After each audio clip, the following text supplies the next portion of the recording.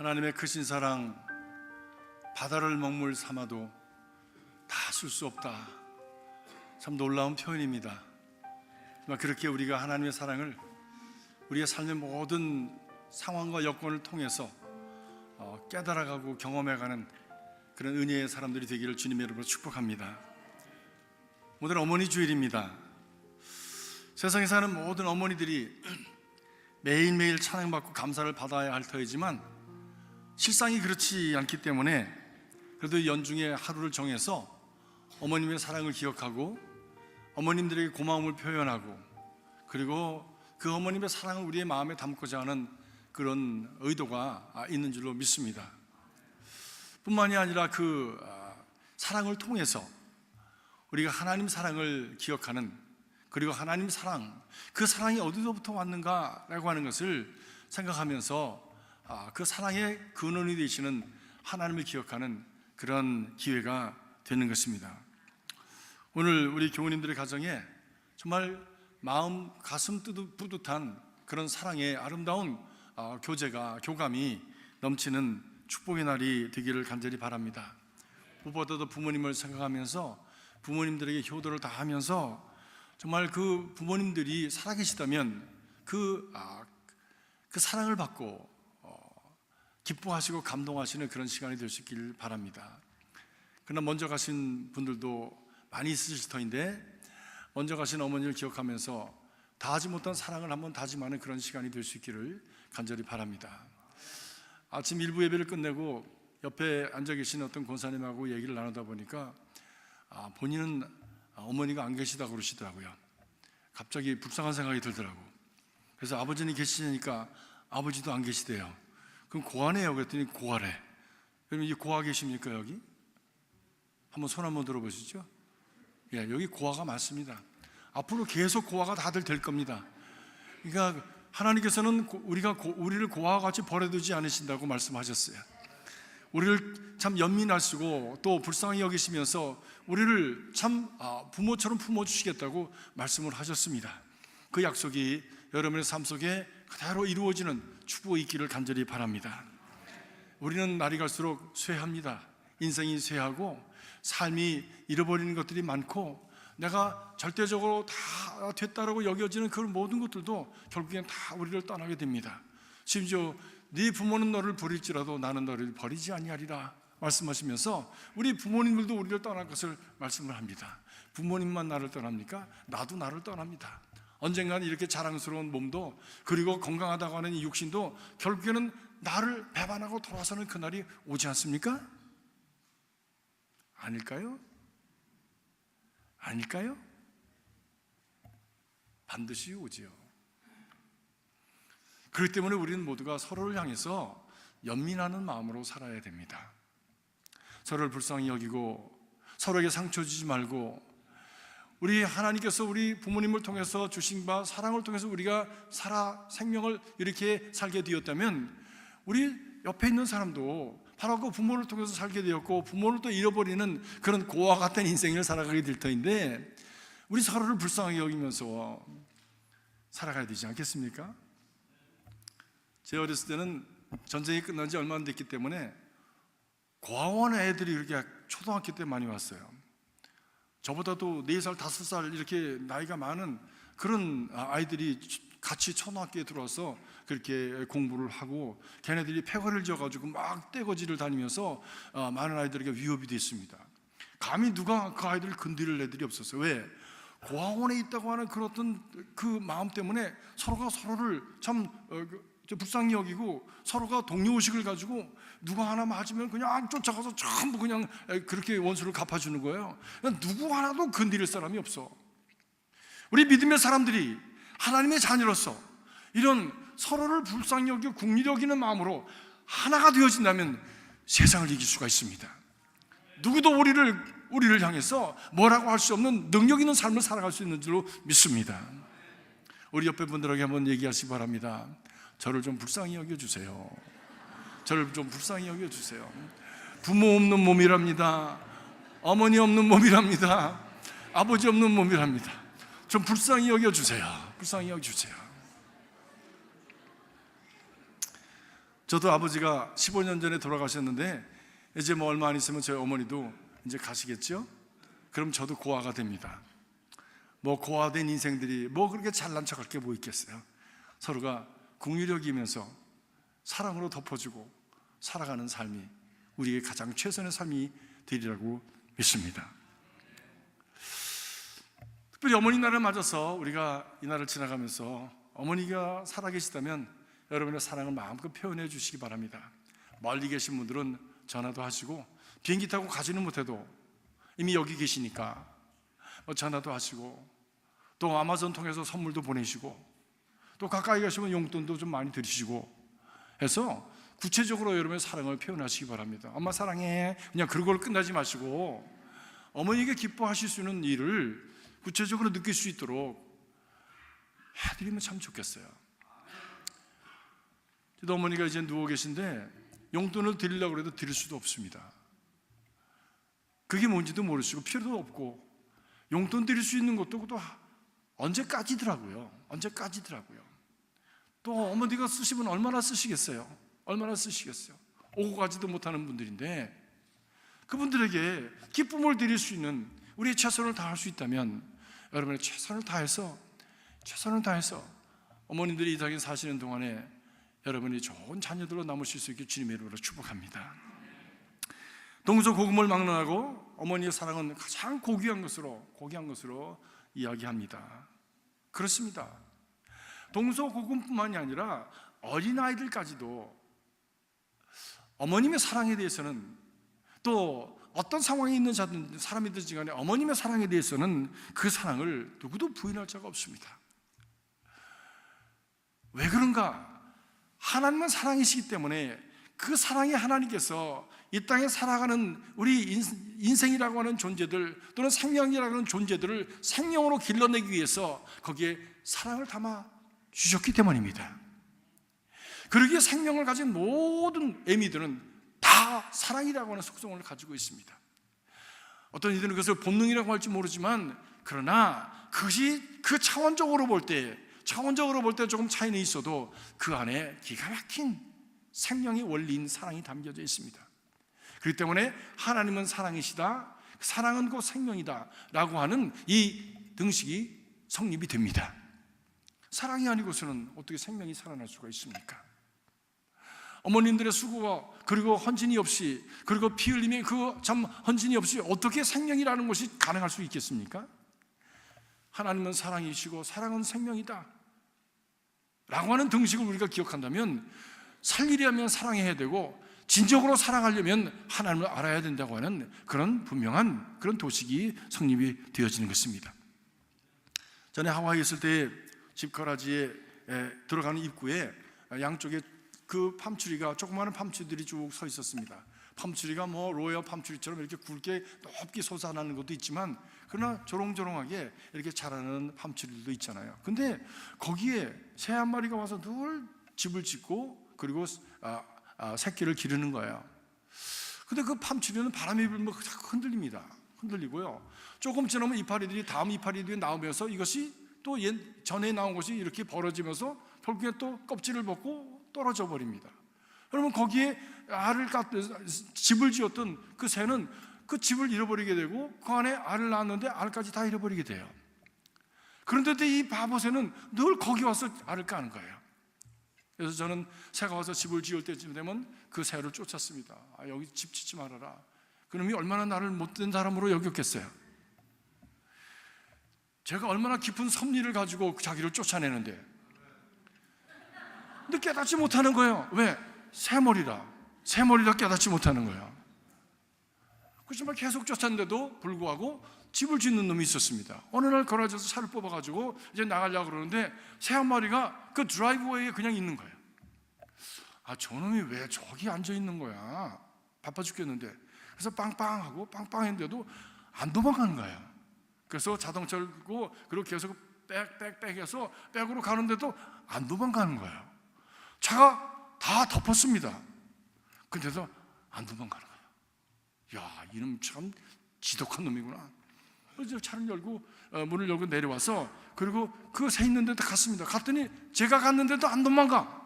전 죽었는 줄 알았어요. 자세히 보니까 이놈이 어저께 밤에 부는 바람에 이파리가 떨어지고 집은 떨어져서 굴러가서 저 구석 가서 베꼈고 새끼가 떨어져가지고 새끼를 품고 있는 거예요. 새 한 마리가. 자세히 보니까 그 새끼는 털도 안 나서 빨개.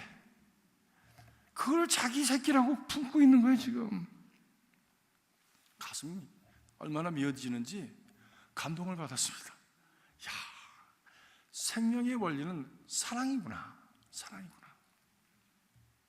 이 사랑 때문에, 이 생명을 보존하고자 하는 그런 본능 때문에 이 미물 새도 자기 자식을 품으면서 자동차에 갈려 죽을 수 있는 그런 순간에도 도망가지 아니하고 거기 있구나. 그래서 구석에 있는 집을 챙겨다가 다른 남한테 올려주고, 그리고 그놈을 쫓아서 새끼를 가져다가 그 위에다 올려주려고 하는데 이놈은 내가 자기를 해치는 줄 알고 제 머리를 계속 돌면서 짜짜짜짜짜짜짜 하면서 계속 저를 갖다 공격합니다. 그러나 말거나 저는 집을 다시 회복시키고 그 새끼를 담아주고 그리고 제 길을 갔습니다.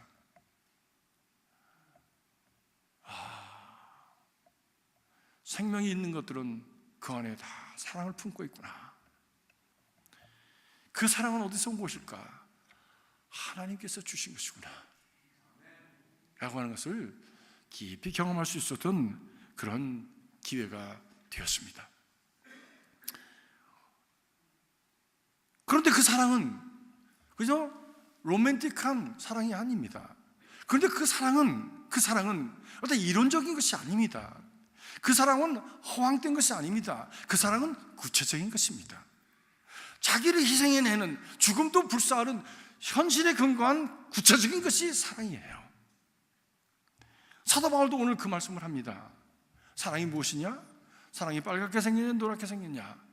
사랑이 세모나냐 동그라냐 하는 것이 아니라 사랑의 내용은 구체적인 현실이다라고 하는 것입니다. 구체적인 사랑의 모습이 어떠하십니까? 그것은 오래 참는 것이다. 그것은 친절한 것이다. 시기하지 않고 자랑하지 않는 것이다. 교만하지 않는 것이다. 무례히 행치 않는 것이다. 자기 이익을 구하지 않고 진리와 함께 기뻐하며 모든 것을 믿는 것이다. 여러분 안에 사랑이 있으십니까? 아멘. 그럼 한번 해보십시다. 한번 시도해 보시겠습니다. 고린도전서 13장, 오늘 우리가 함께 읽은 말씀 한번 다시 펴시기 바랍니다. 4절. 여러분 안에 사랑이 있다고 그러셨으니까 사랑이라는 단어를 자기 이름으로 바꿔보시기 바랍니다. 자기 이름으로. 예를 들어서 사랑은 오래 참고 그러면 나기는 오래 참고.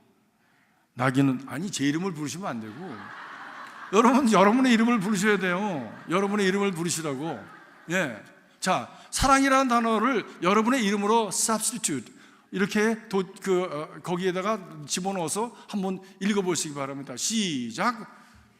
나기는 오래 참고, 나기는 온유하며, 시기하지 아니하며, 나기는 자랑하지 아니하며, 교만하지 아니하며, 무례히 행치 아니하며, 자기의 이익을 구하지 아니하고, 성내지 아니하며, 악한 것을 생각하지 아니하며, 불의를 기뻐하지 아니하며, 진리와 함께 기뻐하고, 모든 것을 참으며, 모든 것을 믿으며, 모든 것을 바라며, 모든 것을 견디느니라.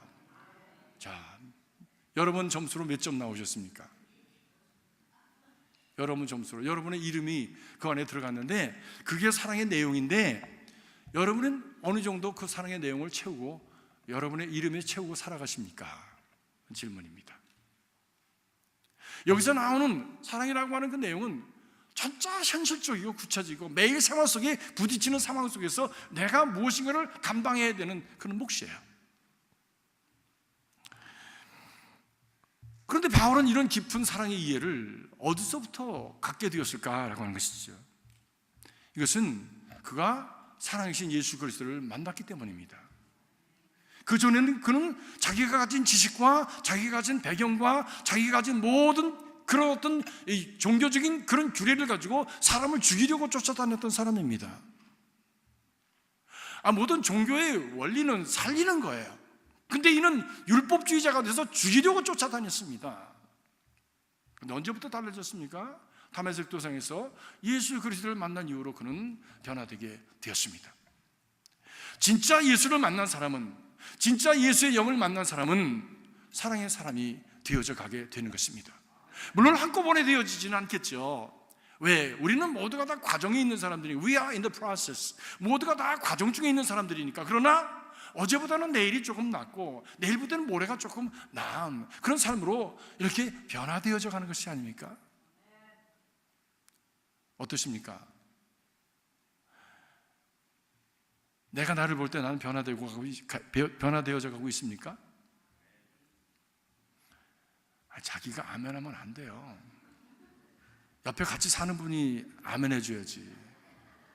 그렇잖아요. 자기 평가를 자기가 할 수 있지만, 그래도 더 객관적인 것은 옆에 있는 사람이 인정해 줘야 그게 진짜 인정이지. 난 이것도 잘하고 저것도 잘한다. 아무리 자랑하면 뭐해, 꼴불견이지 그게. 옆에 사람이 진짜 잘한다고 인정해 줘야 그게 진짜지. 옆에 분한테 물어보세요 한번. 옆에 분한테 물어보세요. 그리고 제일 지독하게 생긴 분한테 물어보세요. 그게 진짜인가? 아니, 무엇보다도 자기 부인한테, 남편한테 물어보세요. 진짜인가?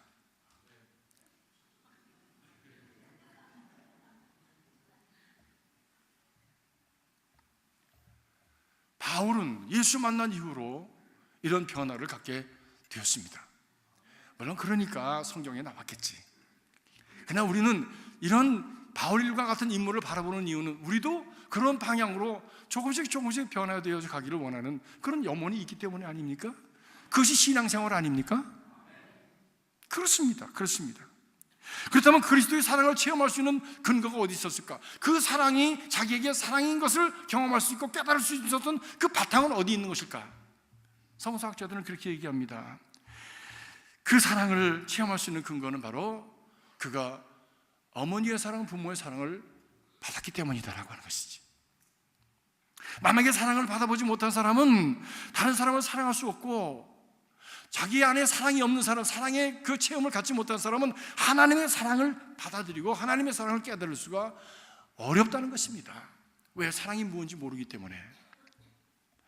사랑처럼 그렇게 홍수진 언어가 어디 있습니까? 사랑처럼 그렇게 갈급한 그런 요소가 어디 있습니까? 그럼에도 불구하고 사랑은 지금도 기근이 들었습니다. 사랑한다고 하면서 착취하고, 사랑한다고 하면서 그 사람을 질식하게 만들고, 사랑한다고 하면서 그 사람을 죽이고, 사랑한다고 하면서 미워하는 게 사랑의 현실 아닙니까? 사랑한다고 하면서 통치하려고 하고 지배하려고 하고, 사랑한다고 하면서 자기 이익을 취하려고 하는 것이 세상에 살아가는 많은 사람들의 사랑의 현실 아닙니까?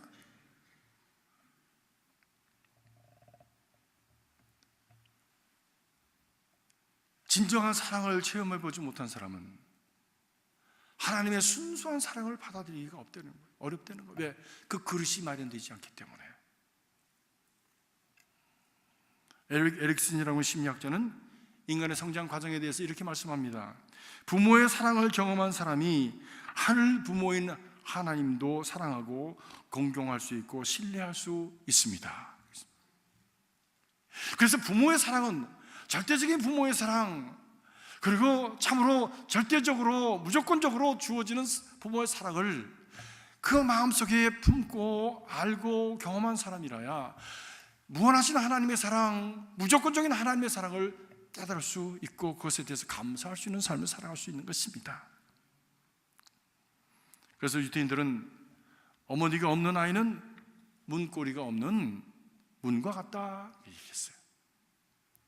어머니의 사랑의 문고리를 잡고 하나님의 사랑의 문을 열고 하나님의 그 넓고 그리고 영원한 그 은혜의 문으로, 사랑의 문으로, 그리고 하나님의 세계의 문으로 들어갈 수 있게 되어지는 것입니다. 사랑하는 성도 여러분, 그런 의미에서 볼 때 어머니들의 그 사명은 얼마나 큰 것인지 몰라요. 자녀들에게 하나님을 알고 우리가 떠난 후에라도 그 사랑 때문에 살아갈 수 있는 근거를 마련해 주는 그런 사명이 부모에게, 무엇보다 어머니에게 있다고 하는 말씀이지요. 아니, 어머니 말고 누가 또 그 일을 할 수가 있겠습니까? 아무리 못된 자녀라도 포기하지 않고 어머니들은 끝까지 인내합니다. 언제 자식을 버립니까? 버리는 사람도 요즘 있지만 그것은 인륜을 끊어버리는, 아주 본능조차도 무시해버리는 아주 몰지각하고 파렴치한 인간이죠. 언제 자식 앞에서 어머니가 교만합니까? 자기의 이익을 취합니까? 자식에게서? 그런 어머니는 없습니다. 자식이 아무리 보잘것 없더라도 끝까지 믿어주고 끝까지 기다려주는 그것이 어머니 아닙니까? 저는 어렸을 때 하도 못된 짓을 많이 해서 아버님에게 많이 매를 맞았어요.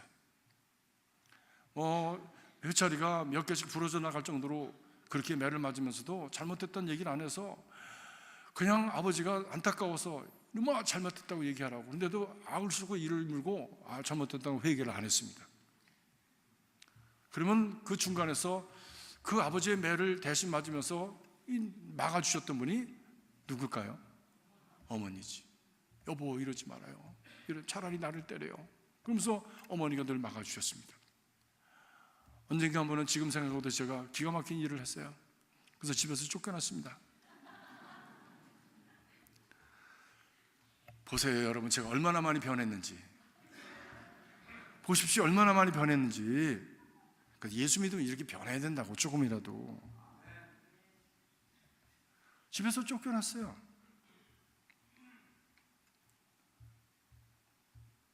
쫓겨난 자식을 위해서 어머니가 밖으로 나와서 낙이나 쫓아다니면서 저를 찾으셨습니다. 저는 공사판에 이렇게 세우는 그 점을 공사하려고 세우는 나무 더미 속에 들어가가지고 추워서 그래서 몸을 숨기고 있는데 여기저기 기웃거리면서 저를 찾으셨어요. 그리고 어머니가 저를 데리고 아버지 앞에 가셔서 이놈아 빨리 잘못했다,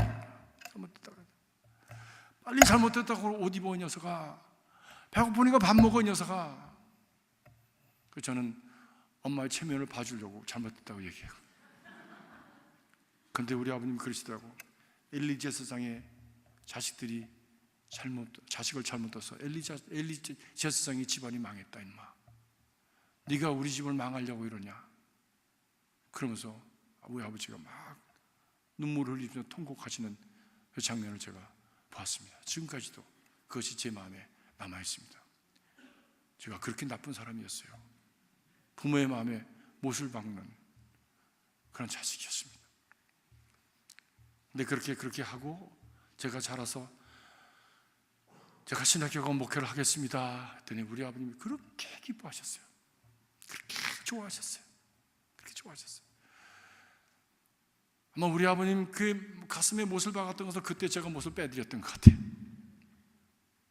우리 어머니가 그렇게 기뻐하셨어요. 여러분, 위대한 사람들의 그 배후에는 항상 훌륭한 어머님이 계십니다. 여러분 다 아시죠? 다 아십니다. 베토벤이 타고난 음악적인 재주를 여러분들이 잘 아십니다. 근데 아버지도 어머니도 다 그 재간을 보았는데 그 아버지는 술주정뱅이에요. 도박꾼이에요. 그래서 이 아이를 이용해가지고 돈을 벌려고 하는 생각에 막 어뷰스를 하면서 음악을 연습을 시켰고 피아노를 연습을 시켰습니다. 너무너무 고통스러워서 아버지 때문에 그 피아노 치는 것을 포기하려고 했는데 어머니가 그 아이를 다독이면서 위로하고 그리고 격려하면서 그 일을 가도록 해 주었습니다. 맘시공은 그 어머니가 베토벤이 받은 상처를 참 치료해 주었습니다. 베토벤이 어려울 때마다 그 후로 어머니의 사랑으로 이겨낼 수 있었다라고 그렇게 고백을 합니다. 그리고 베토벤의 천재성은 온 천하에 드러난 위대한 인류 문화에 큰 공헌을 하는 그런 위대한 사람으로 우뚝 서게 되었습니다.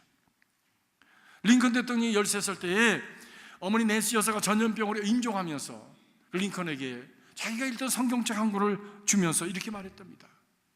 100만 에이커의 땅을 물려줌보다 이 성경을 너에게 물려주는 것을 기쁘게 생각한다.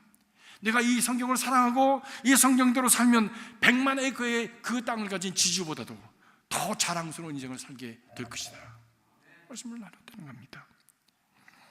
모세에게는 요게벳이라고 하는 어머니가 있었습니다.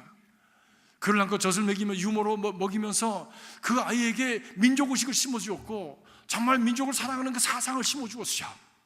사무엘에게는 기도의 어머니 한나가 있었습니다. 야곱에게는 말씀의 어머니 유니게가 있었습니다. 위대한 사람의 그 뒤에는 반드시 분명한 심지 있는 어머니, 믿음의 그 줄기를 가진 어머니, 뿌리가 있는 어머니들이 있었다고 하는 것을 우리가 기억해야 할 것입니다. 그것이 우리 자식들에게 그 위대한 유산이 되어지고 우리 자식에게 진정한 생명을 심는 그런 축복이 된다고 하는 것을 우리 어머니들은 어머니날을 맞으면서도 함께 기억해야 될 줄로 믿습니다. 지금 나에게도 인간으로서 가장 큰 사랑을 주기를 원하시는 분, 내가 아무것을 가진 것도 없다고 할지라도 내게 가장 귀한 것을, 남은 것을 주기를 원하시는 분이 바로 어머니십니다. 이런 어머니를 우리가 깨달을 때에 어머니에 대한 자세는 분명해집니다. 그래서 성경은 우리에게 말씀합니다. 분명하게 출애굽기 20장 12절에 보니까 내 부모를 공경하라. 그러면 내 하나님이 준 땅에서 내 생명이 길리라. 네 부모를 즐겁게 하며 너 낳은 어미를 기쁘게 하라. 아비를 조롱하며 어미를 공경하기를 싫어하는 자는 그 눈을 골짜기에 까마귀에게 먹히우고 독수리에게 쪼이리라. 그 부모를 경홀히 여기는 자는 저주를 받을 것이요 자기 아비나 어미를 저주하는 자는 그 등불이 어둠 중에 꺼짐을 당하리라. 엄청난 축복과 함께 엄청난 저주의 말씀이 있습니다. 십계명의 1, 2, 3, 4는 하나님에 대한, 하나님의 사랑에 대한 말씀이고 5, 6, 7, 8, 90은 인간 사랑에 대한 말씀인데 그 5, 6, 7, 8, 90 인간 사랑에 대한 가장 첫 번째 조건이 뭐냐? 바로 부모를 공경하는 것입니다. 그것이 인간 사랑의 기초가 된다고 하는 것이죠. 첫 번째가 된다고 하는 것이지요. 그 사랑으로 인해서 우리가 축복을 받을 수도, 이 땅에서 축복을 받을 수도 있고 저주를 받을 수 있는 그 가늠자가 바로 거기에 있다고 하는 것입니다. 그런데 요즘 한국에는 흔히 요즘 현대판 고려장이 흔하답니다. 양로원 앞에 노모를 버리고 가는 사람들, 효도 관광 가가지고 갔다가 관광지에 버리고 오는 사람들이 그렇게 많대요. 정말 기가 막힌 일입니다.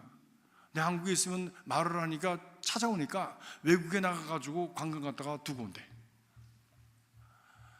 천인공노할 일들이 일어나고 있어요. 정택희 목사님이란 분이 한 분 오셔서 간증을 하시는데 그것이 참 어려운 사람들 도와주고 하는 그 연구소고 또 그런 집회를 하는 곳인 것을 알고 어떤 사람들이 많이 찾아왔습니다. 근데 어느 날 아침에 가보니까 그 금속 그 뭡니까 그 refrigerator, 냉장고 박스 큰 것이 이렇게 그 사무소 앞에 이렇게 놓여 있더래요. 그래서 아니 어떤 사람이 도대체 이런 거를 여기다 갖다 버리고 갔나, 참 사람 나쁘다 그렇게 생각하고 사무실로 들어가려고 그러는데 상자가 꿈틀꿈틀 움직이더래요. 깜짝 놀랐답니다. 그래서 이게 뭔가 해서 상자를 잘 열어봤더니 그 안에 노인 한 분이 들어놓여 있더래요. 편지를 써놓고 간 거예요. 우리 어머니가 치매가 드셔서 저희가 모실 수가 없으니 박사님 좀 도와주세요. 그래서 놓고 갔어요. 그분을 모시고 사무실로 들어갔는데 말을 안 하시는 거예요.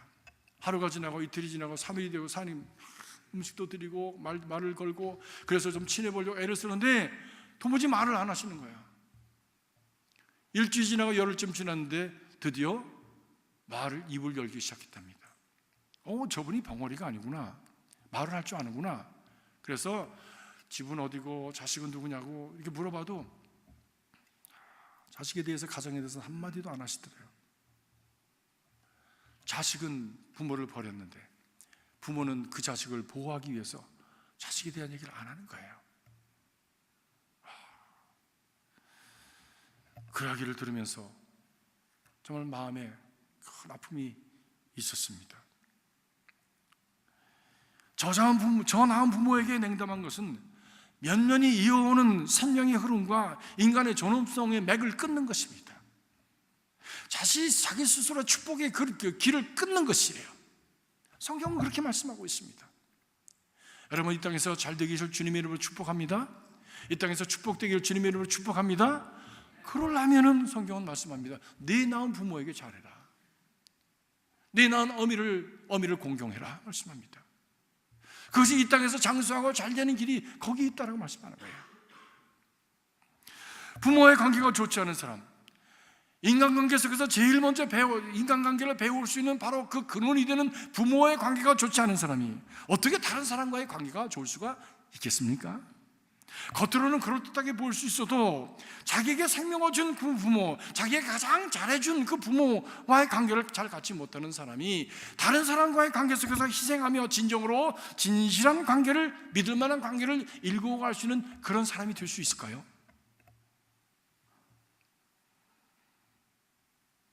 의문입니다.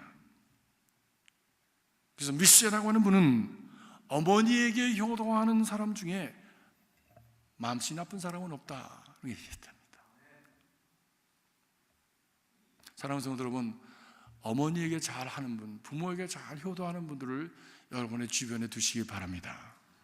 그런 분들은 절대 여러분을 아프게 하거나 배신하지 않을 것입니다. 사람은 자기가 심는 대로 거둡니다. 어떡하겠어요? 우리 아이들은 우리가 한 대로 보면서 그대로 합니다. 어떡하겠어요? 그것이 천륜인 것을. 부모에게 효한 사람은 자기도 그 자녀들에게 효를 받게 될 것입니다. 불효한 사람은 자신도 자녀에게 그런 대접을 받게 될 것입니다. 어떤 중국 가정에 중국에 있는 어머니를 미국으로 모시고 왔답니다. 애들이 자라나니까 애들 봐줄 사람이 필요하잖아요. 베이비시터가. 어머니를 공경해서가 아니라 베이비시터 때문에 모시고 온 거야. 내 어머니가 미국 생활하는 것이 익숙하지 않으니까 그 나이가 들어가서 애들이 자라나고 나이가 들어가시면서 자꾸만 잡수시는데 이 밥을 흘리시는 거예요. 그러니까 집안에서 웬일이가 그럽니다. 어머니, 이 카펫에서 잡수지 마시고요. 부엌에서 가서 잡수세요. 부엌에 거기는 쓸기도 좋고 닦기도 좋으니까 카펫 들어오지면 이거 새로 가른 카펫 이거 망가지잖아요. 저기 가서 잡수세요. 그래서 부모님이 그 부엌 바닥에 앉아서 음식을 들게 되었습니다. 근데 어느 날 그 집 아이가 나무 가지고 뭘 만들더래. 그래서 뭘 만드는가 봤더니 너 뭐하냐 그랬더니 밥공기 만든다고 그러더래요. 왜 밥공기를 만들어? 그랬더니 이 다음에 엄마가 늙으면 이 밥공기에 써야 되잖아. 엄마도 할머니한테 저 밥공기 줘서 바닥에서 먹게 하잖아. 나도 미리 준비해야지. 밥공기를 준비해드려요. 본대로 하는 것 아니겠습니까? 자녀들에게 효를 받기 원하십니까? 돈 들여서 좋은 학교 보낸다고 효한다고요? 아니더라고요.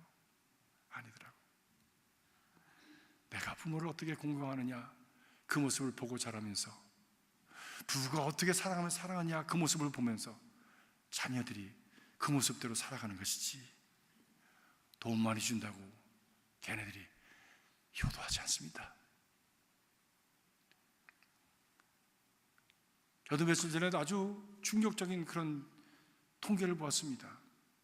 한국에 지금 캥거루족들이 많이 자식들이 있는데 그 자녀들이 돌아와서 사는 아이들 치고 부모에게나 부모 집안에 들어와서 사니까 고맙습니다 하는 애들이 없다는 거예요. 또 일본이나 한국은 애들을 장가갈 때 다 해주는데 그거 다 해줬다고 해서 애들이 고맙다고 하는 애들 없다는 거예요. 다른 애들에 비해서 우리는 덜 받았다 생각한대. 거기서 끝나면 괜찮아.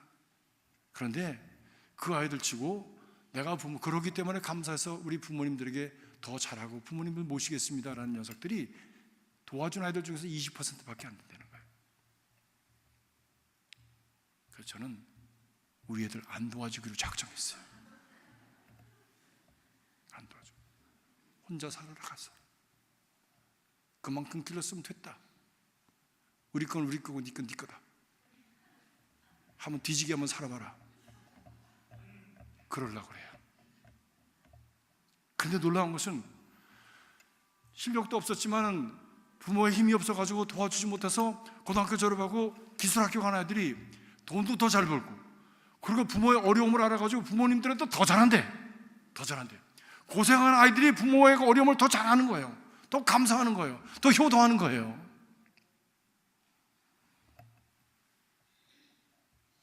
부모의 도움을 받으면서 사는 자녀들은 제 말이 조금 불편할지 모릅니다. 그러나 그게 통계고 현실이니까 제가 말씀드리는 거예요. 통계고. 어느 목사님이 세례문답하는 중에 세례자들에게 물었답니다. 세상에서 가장 존경하는 사람이 누구냐고 물었더니 아버지입니다. 그렇게 대답을 하더래요. 또 이상해가지고 뭐 링컨이라든지 슈바이처 박사라든지 무슨 뭐 예수님이라든지 뭐 그렇게 대답했는데 우리 아버지요. 그러니까 아니 어떻게 아버님을 그렇게 존경하십니까? 그랬더니 대답이 우리 아버지는 우리 할머님을 그렇게 잘 모십니다. 제가 보아도 그렇게 구식이고 무식하고 건망중에 심하고 지저분한데도 그것 가져 참으시고 마음 상하지 않고 정성을 다해서 모십니다. 우리 아버지는 효자입니다. 저는 그런 아버지를 존경합니다. 자녀에게 존경받으시고 원하십니까? 효도하십시오. 부모를 귀하게 여기십시오. 천륜을 잃어버리고 망가지는 이 시대에 부모를 귀하게 여기십시오. 본대로 받을 것입니다. 심는 대로 거둘 것입니다. 저는 그렇게 하지 못했어요. 그렇게 하고 싶었는데 목회자라고 하는 것 때문에 그렇게 못했습니다. 모실 수 있는 방도 없었고 투베드룸 아파트에 어떻게 어머니는 모실 수 있겠어요? 그렇게 지내다가 이제 어머니가 너무 힘들어 가신다라고 생각해서 모시려고 어떻게 억지로라도 해서 방을 한 칸 더 늘려서 모시려고 그렇게 하는데 어머니 치매가 오셨습니다. 병원에 가야 된다고 그랬어요. 그 후로 지금까지 치매병원에 계십니다. 그래서 저는 포기했습니다. 우리 아이들에게 아버지 우리 집에 와서 사세요. 어머니 우리 집에 와서 사세요. 우리가 잘 모실게요. 그거 포기했어요. 왜? 내가 보여주질 못했는데 한 번도 그런 적이 없는데 심는 대로 거두는 게 목사라고 무슨 예외가 될 수 있겠습니까?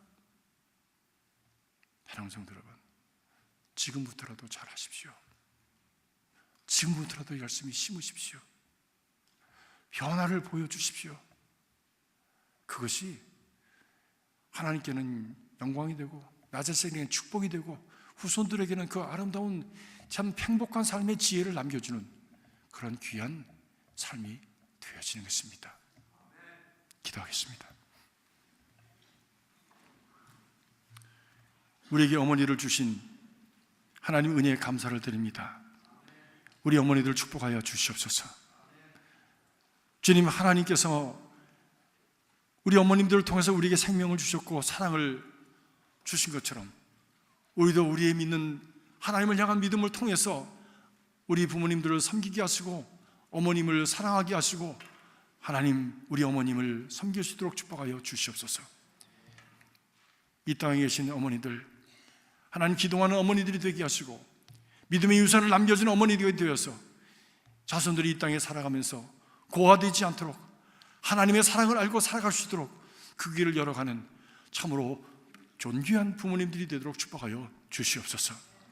예수 그리스도 이름으로 간절히 기도합나이다. 아멘.